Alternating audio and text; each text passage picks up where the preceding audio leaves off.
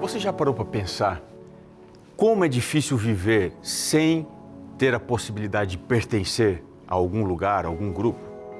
Todos nós precisamos de um lugar para chamar de nosso, uma família, um grupo, uma comunidade.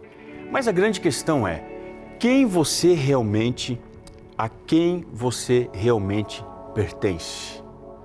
Quem pode dizer que tem o seu coração completamente? Você sabe responder? Será que nós pertencemos apenas à nossa história, ao nosso sobrenome, à nossa cultura, à nossa família?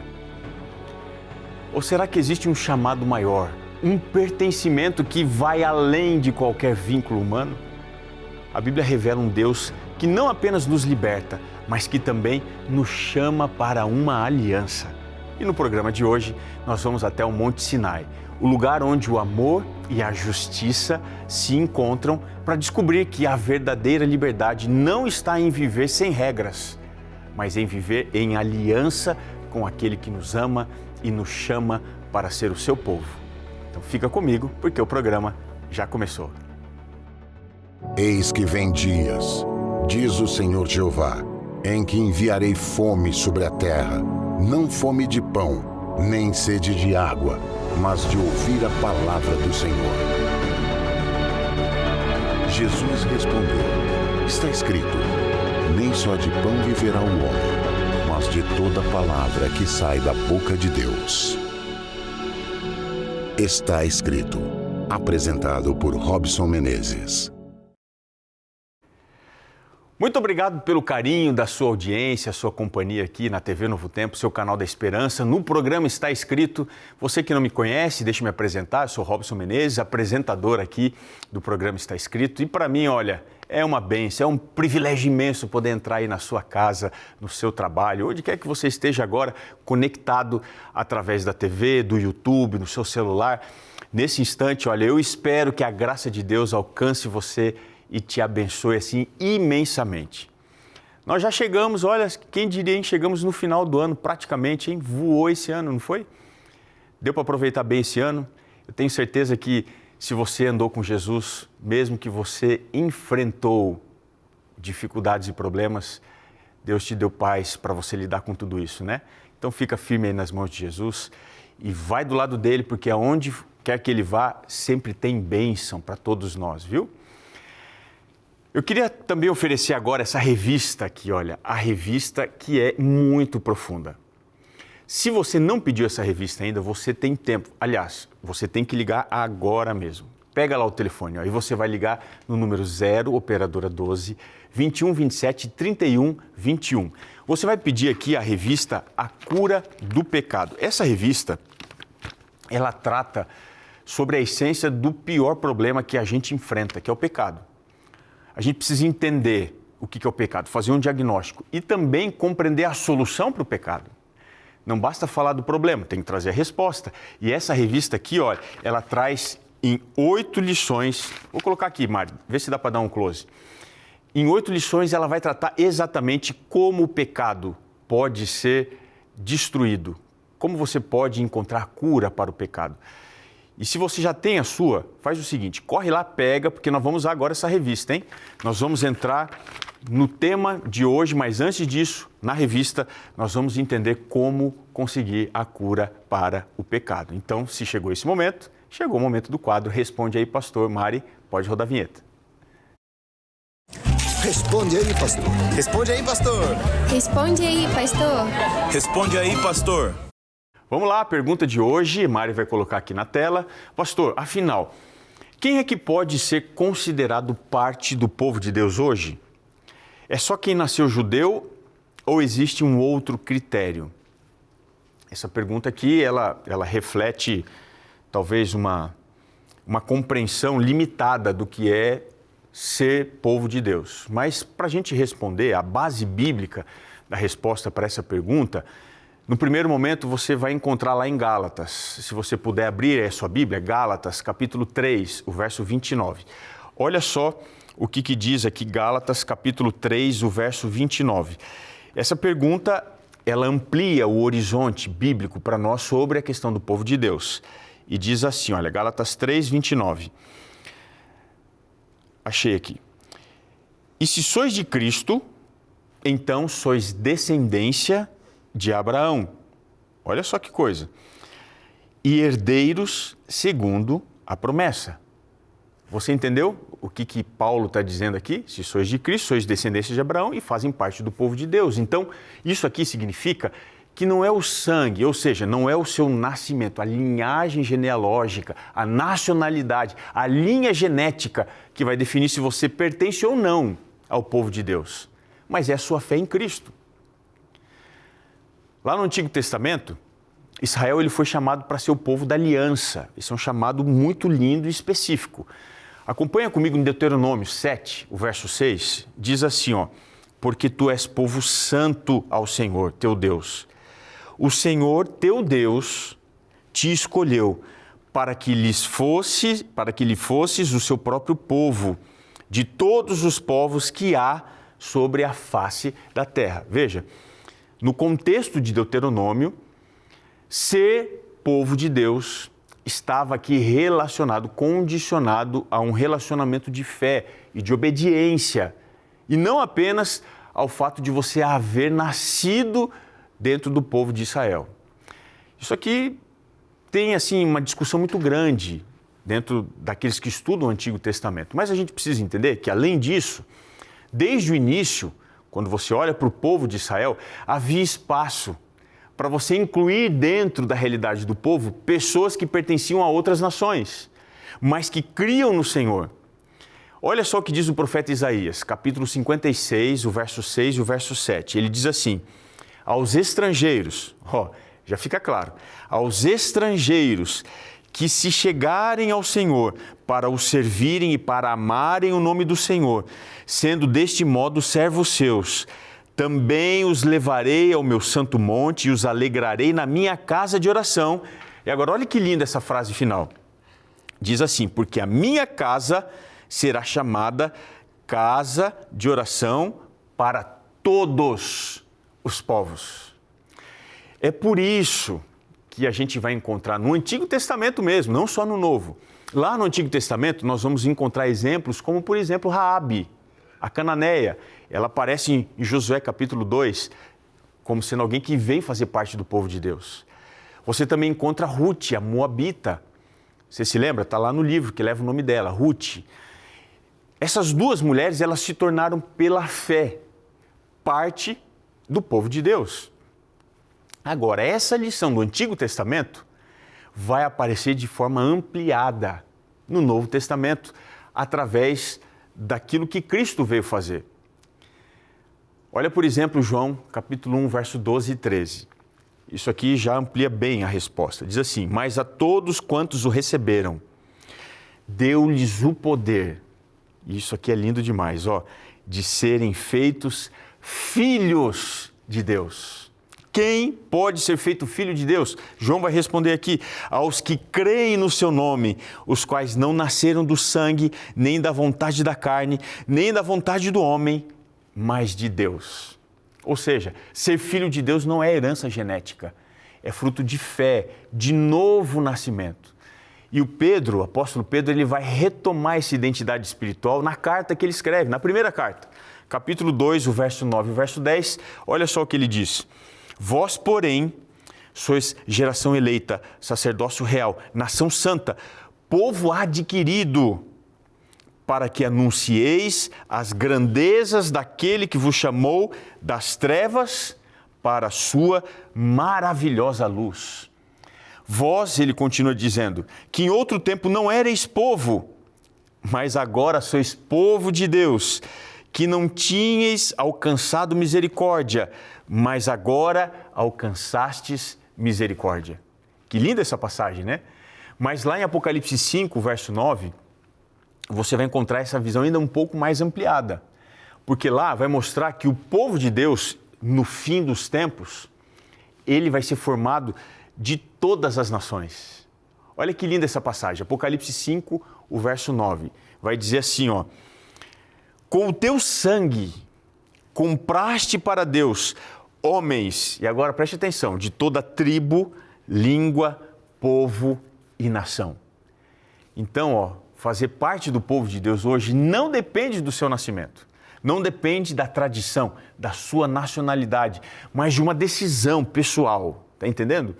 De você se entregar a Cristo.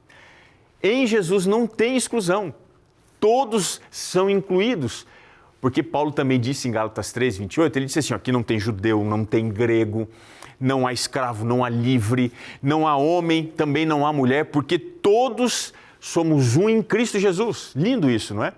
Se você deseja se aprofundar ainda mais dentro desse tema, vou pegar aqui a revista. Você já tem a sua?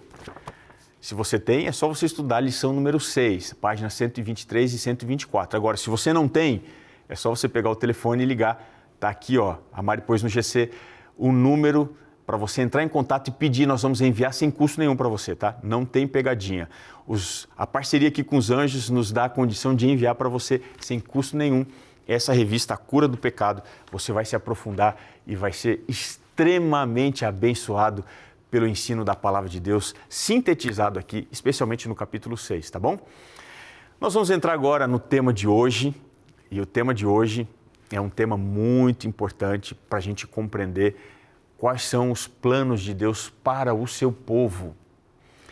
E isso fica muito claro no contexto bíblico quando Deus decide chegar mais perto. Veja, se Deus chega mais perto, Ele chega para fazer um povo. Ele quer se relacionar de perto com esse povo. E em meio a tantas nações que seguiam outros deuses, que viviam em injustiça, o Senhor escolheu Israel. Olha que lindo isso. Não só para libertar da escravidão, mas para tornar Israel o seu povo, o povo da aliança. E essa liberdade que ele precisava lá no contexto do Egito, sair do cativeiro egípcio, isso aqui não foi o fim.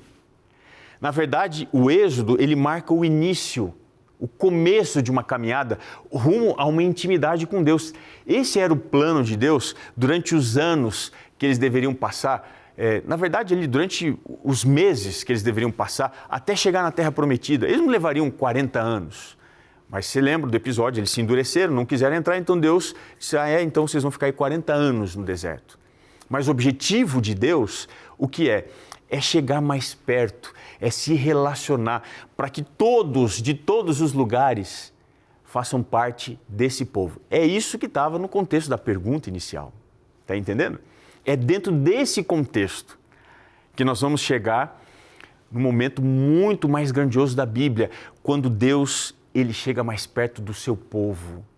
E principalmente agora, eu quero mostrar para você, no capítulo 19 do Êxodo, Deus se revelando como sendo um Deus que ama, um Deus que cuida, um Deus que é santo, um Deus que é justo, um Deus que chama o seu povo para viver num contexto de aliança.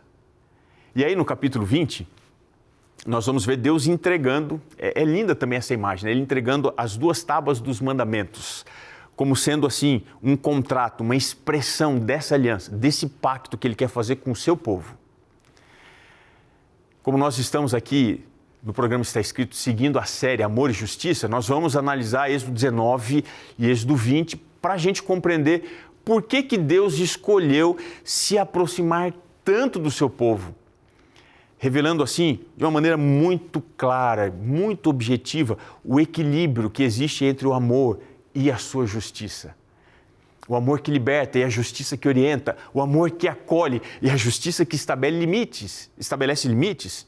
Veja, esses capítulos aqui, eles vão revelar que a verdadeira identidade de Israel estava não na sua força, não na sua cultura, mas no fato deles serem propriedade de Deus. E é com essas palavras aqui que o Senhor vai chamar esse povo para um compromisso da aliança. Está com a Bíblia aí? Abra lá em Êxodo 19. Vou ler 2 versos com você, o verso 5 e o verso 6. Olha o que diz aqui, Êxodo 19, versos 5 e 6. Agora, pois, se diligentemente ouvirdes a minha voz e guardardes a minha aliança, então sereis a minha propriedade peculiar dentre todos os povos. Porque toda a terra é minha, e vós me sereis reino sacerdotal e nação santa. São estas as palavras que falarás aos filhos de Israel. Quando nós ouvimos as palavras de Deus aqui nessa passagem, vai ficar claro que a intenção do Senhor não era apenas libertar um povo oprimido, mas era construir um relacionamento de aliança com esse povo. Deus não tirou este povo do Egito para que eles andassem pelo deserto sem rumo, mas para que eles vivessem debaixo da sua voz, para que eles experimentassem o seu amor e também a sua justiça. E é justamente por isso que a gente vai precisar olhar com bastante atenção todo esse cenário no contexto quando essas palavras foram pronunciadas. E aqui a gente vai voltar lá para o contexto do Monte Sinai. O Monte Sinai, ele não foi um ponto de parada dentro dessa jornada no deserto. Foi o lugar ali, onde o céu decidiu tocar a terra. Deus desceu ali para ele estar mais perto do seu povo, para mostrar para eles que antes de entregar os mandamentos, ele queria que Israel entendesse quem ele era e quanto ele os amava. Então é nesse contexto de Deus querer chegar mais perto, de amar, que nós vamos começar o nosso estudo, observando primeiro como Deus se apresentou para o povo lá no Monte Sinai e qual foi o propósito dessa sua aproximação. Vamos começar aqui entendendo o Deus que desce para se aproximar. Se você for ler em Êxodo 19, do verso 1 ao verso 6, você vai ter essa cena aqui. A cena no Sinai, ela vai começar com uma iniciativa divina. O texto aqui, ele vai dizer uma coisa muito interessante. Ele diz assim que 3 meses depois do povo ter saído do Egito, Israel chegou no pé do Monte Sinai. E antes de Deus entregar qualquer mandamento, Deus chama Moisés para uma conversa. E aí ele diz assim, você vai entregar uma mensagem para o povo. Que mensagem foi essa? O verso 4 vai explicar. Diz assim o verso 4, vistes o que fiz aos egípcios, como vos levei sobre asas de águia e vos trouxe a mim. Essa é uma das imagens mais belas que você vai encontrar na Bíblia. A águia, ela não apenas protege os seus filhotes, mas ela carrega nas suas asas. Ela sustenta em segurança os seus filhotes.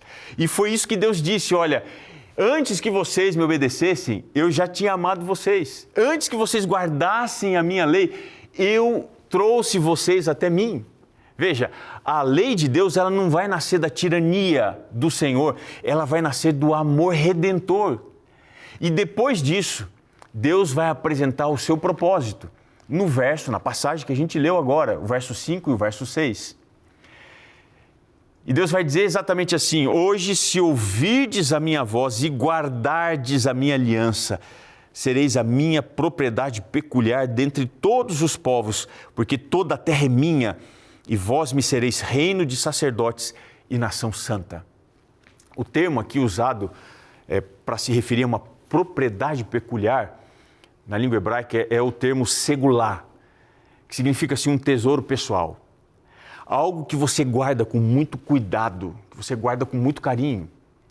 Isso aqui revela que quando Deus desce para se aproximar, Ele não está apenas dando ordem, não faça isso, não faça aquilo, não. Ele vem para reafirmar a sua identidade. Israel não deveria ser apenas mais um povo dentre todas as nações. Deveria ser um povo que refletiria o caráter de Deus entre essas nações. Consegue entender a diferença? E essa proximidade aqui não pode, na cabeça do leitor da Bíblia e até mesmo do povo de Deus, não pode ser entendida como sendo uma promessa, um privilégio vazio. Isso daqui é um chamado para uma missão. Porque o mesmo Deus que desceu no Sinai, Ele continua descendo até nós ainda hoje. E veja, Ele não está esperando perfeição para se aproximar. Ele se aproxima primeiro, nos lembra do seu cuidado e só então Ele vai nos chamar para respondermos com obediência. Antes da lei, vem a graça. Antes da exigência, vem o amor. E aí, a gente se depara com uma imagem na sequência, a santidade de Deus que faz tremer. Isso daqui é sensacional. Do verso 7 ao 25 de Êxodo 19. Veja, depois que Deus declarou sua aliança, Moisés transmitiu essas palavras ao povo e eles responderam assim, tudo que o Senhor falou, nós vamos fazer. Está lá em Êxodo 19, verso 8. Só depois, então, começou o preparo para esse grande encontro.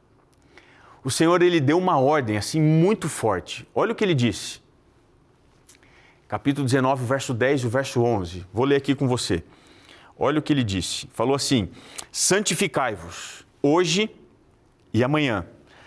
Lavem as suas roupas e estejam prontos para o terceiro dia. E quando o terceiro dia chegou, a cena, olha, ela foi indescritível. Olha o que o texto diz aqui, vou ler com você. O verso 16.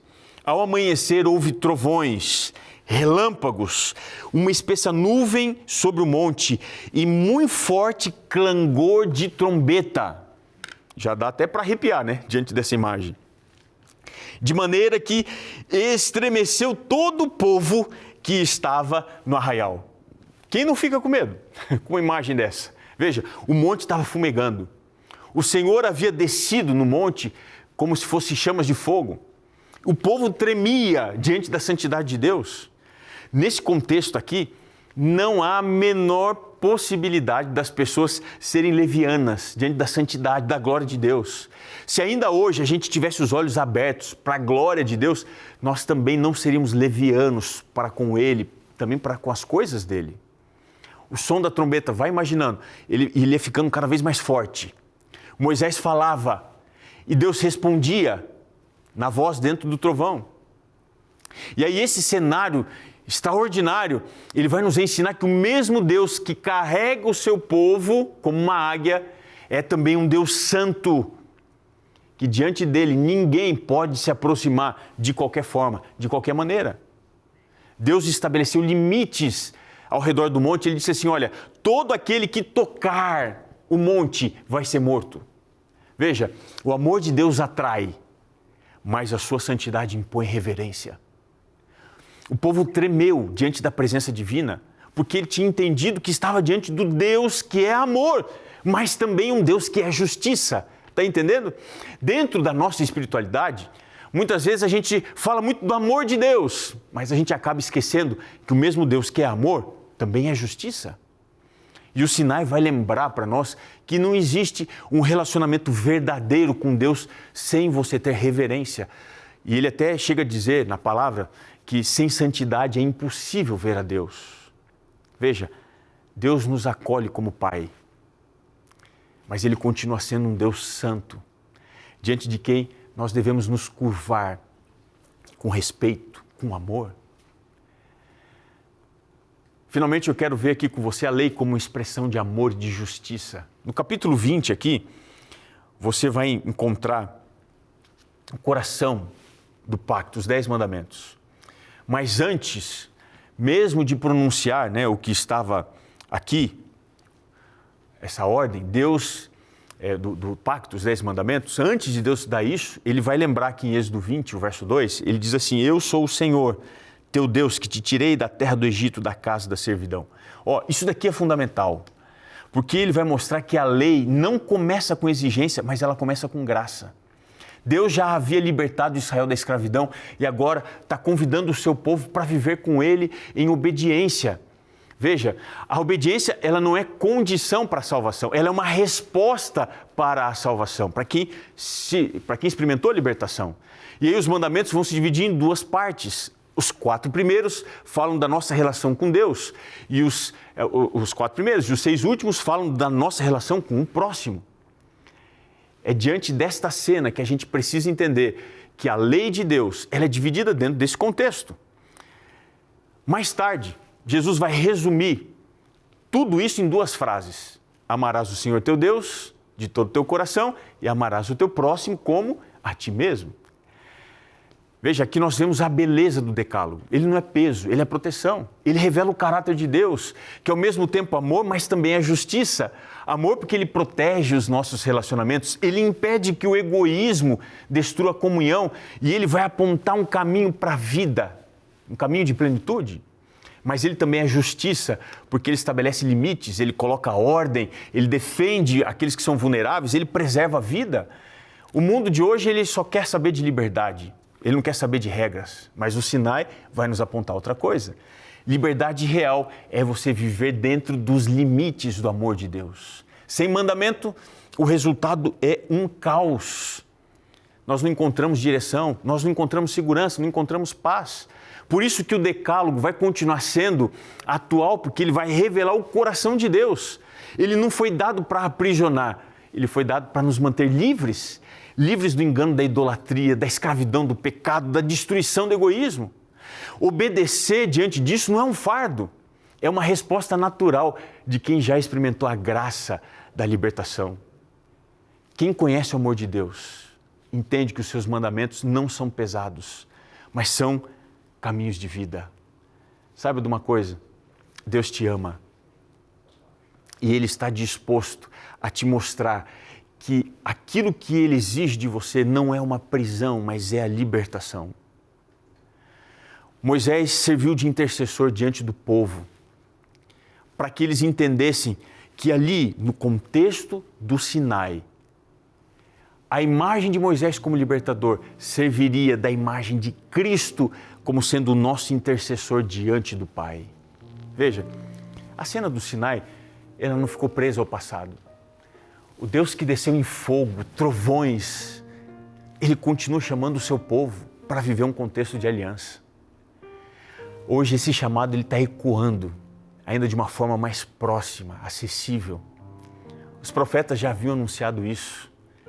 Jeremias disse que Deus colocaria a lei dentro do nosso interior, Ele escreveria a lei no nosso coração. João também disse isso. Ele disse assim, olha, o tabernáculo de Deus será com os homens numa terra renovada. Ou seja, Deus quer se relacionar conosco. Ele quer chegar mais perto.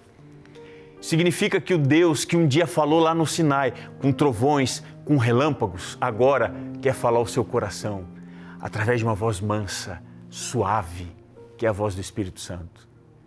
Ele não escreve mais a sua lei em pedras frias, mas Ele quer escrever essa lei dentro do seu coração. Ele não deseja que você obedeça por medo, mas que você o ame para experimentar a sua graça. E aí eu te pergunto, você quer viver essa nova aliança? Você quer deixar que Deus seja o seu Deus, não apenas de nome, mas de fato? Você quer que a lei dele esteja dentro do seu coração, guiando as suas escolhas, estabelecendo as suas prioridades, moldando o seu caráter, conduzindo a sua vida? Esse Deus que é santo também é o Deus que ama. Esse Deus que é justo também é o Deus que perdoa.